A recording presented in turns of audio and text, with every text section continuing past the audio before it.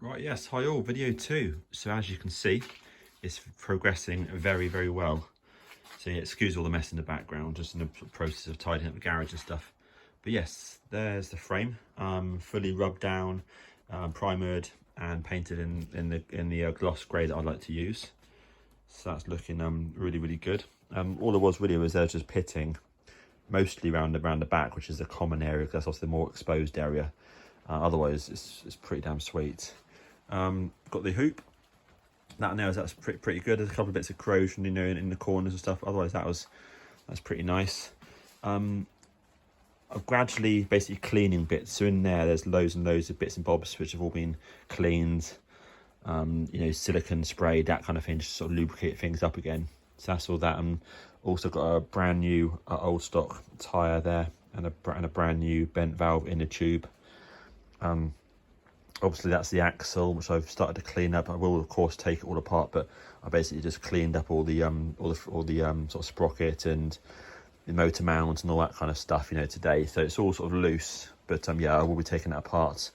Tyres are good, and the inner tubes are brand new as well, so that's happy days. So thank you Wilkinsons for a pair of inner tubes for that. Clean up all the lights. We'll cover that kind of gist, so that's all looking pretty damn sweet. Down here I've got the brake levers still to do, so I just took those apart, ran out of time today on those.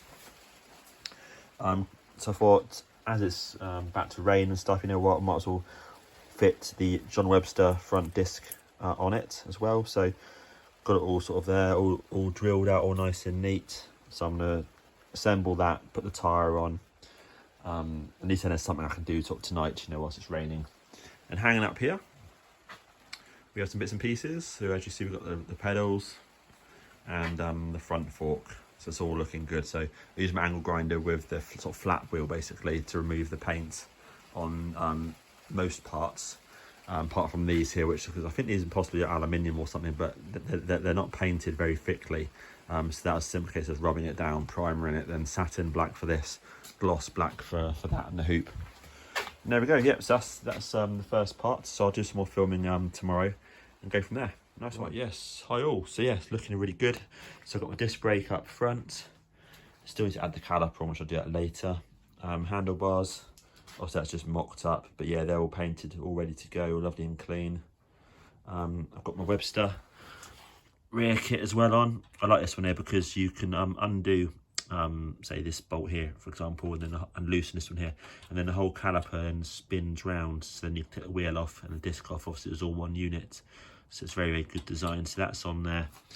If I just lift it up, give it a bit of a spins, absolutely perfect. I just used 3 washers on each end there, on each inner part. This side here is all good.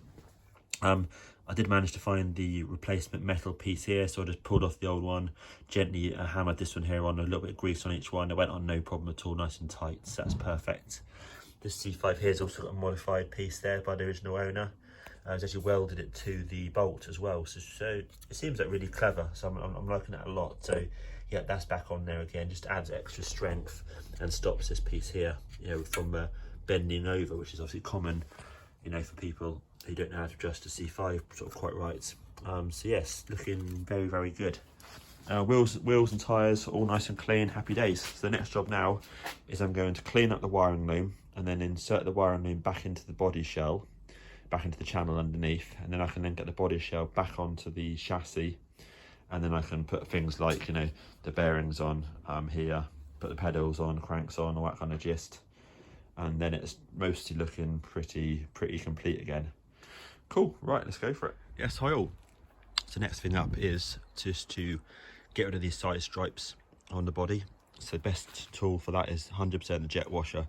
It takes about 30 seconds each side roughly to do that. I'm not going to clean the body shell at this stage because I'll be handling the C5, and getting fingerprints on it. So there's no point cleaning the white part at this stage here, but I will clean right underneath here with the jet washer as well.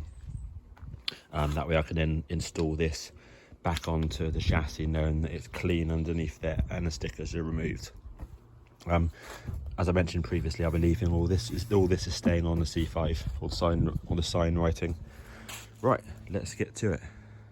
Right, that's all done. Like I said, Took about 1 minute to get the side stickers off, and then I gave it a good old clean underneath. So underneath there, it's a really nice now. I used a combination of this as well, elbow grease. This is really good stuff.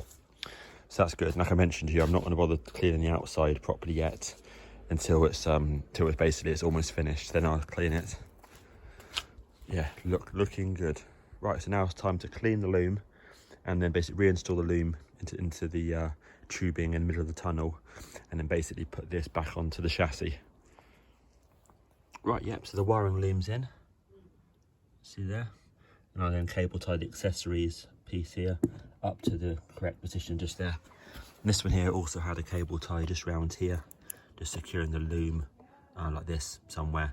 So what I do is I get rid of these black cable ties and put in white ones, just so it all looks sort of uniform and stuff onto there. I need to replace the power cable because they've obviously cut it and chocolate blocked it, and whilst that's probably completely fine, it's just not good enough for the C5. So I'll just replace those two pieces of cable with some ones off another C5 that I probably got in the shed somewhere, I expect. And then the quick release connectors on that end. Obviously I've removed the cover just so I can get the motor off, so I can get it installed easier, and then I can rebuild the motor next, and then put the motor back in, and then I can basically just effectively test electronics and see if they work or not. Cool, nice one. Right, yeah, this will do for the end of video 2. So as you can see clearly, it's back on, no problem at all getting it on. Just start to reinstall bits and bobs like the grommet here. Just put these pieces here into the bucket over there just to get them clean, so I can reinstall those. Clean up things like, you know, the connectors, anything like that I can get access to. Then put the pedals in, nice and easy. That job there should be pretty easy. And then on the back I can then secure the control box to the chassis. Obviously all the loom of course is in place. It's all looking good. Yeah, just do some bits and pieces, you know, reinstall the handlebars, get everything together, which we'll see in the next video, and then I can get on to rebuilding the motor and testing the electronics, and then it's basically done. Cool. Well, thanks for watching video 2, and if you're interested in seeing how the rest of the C5 goes, then check out video 3.